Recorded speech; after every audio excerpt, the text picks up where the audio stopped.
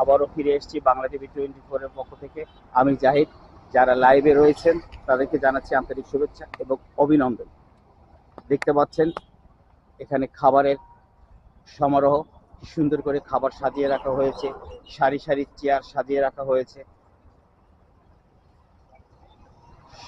আমি যে কথাটা বারবার আপনাদের রিপিট করতেছি, বলতেছি, সেটা হচ্ছে 16 বছর আগে এখানে কেউ কল্পনাও করতে পারেনি যে এরকম করে চেয়ার সাজিয়ে রাখবে এবং খাবারের দোকানকে এরকম করে সাজাবে।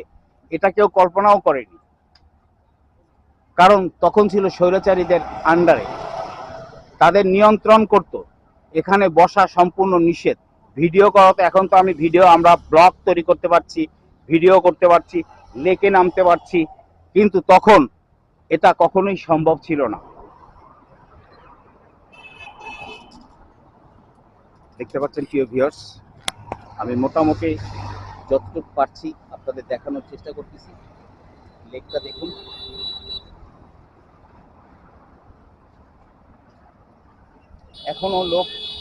এখনো দর্শনার্থীদের আগমন হয়নি।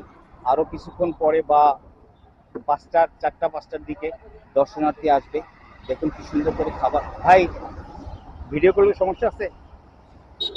সুন্দর করে খাবারের পক্ষে সাজিয়ে রেখেছে। এটা সত্যি আমাদের জন্য একটা মূল্যবান জিনিস, কারণ আমরা হাঁটাচলা করে এসে এক বোতল পানি খাবো।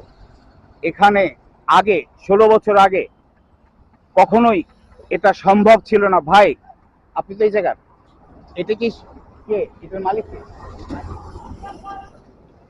সালাম আলাইকুম। সালাম আলাইকুম ভাই, আপনার নাম? আমি বাংলা টিভি 24 এর পক্ষ থেকে। সবুজ শিকদার ভাই। বাংলা টিভি 24 এর পক্ষ থেকে আপনাদের জানাচ্ছি আন্তরিক শুভেচ্ছা এবং অভিনন্দন। আচ্ছা, আপনার কাছে বাংলা টিভি 24 একটা প্রশ্ন করছে, 16 বছর আগে কি এটা কখনো সম্ভব ছিল এরকম করে খাবার চেয়ার সাজিয়ে রাখা? একটু জোরে বলেন। কেন ছিল না?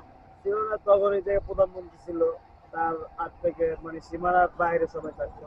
আমরা কিছু সবার ভিতরে ছিলাম, কিন্তু বাইরে বাইরে দোকানদারি করছে পুলিশ প্রশাসন, সবাই বাইরে বাইরে দোকানদারি। সে কি প্রধানমন্ত্রী ছিল নাকি স্বৈরাচারী প্রধানমন্ত্রী ছিল? সেটা স্বৈরাচারী হইতে পারে, প্রধানমন্ত্রী ছিল কিন্তু স্বৈরাচার প্রধানমন্ত্রী ছিল। ঠিক আছে, ধন্যবাদ আপনাকে।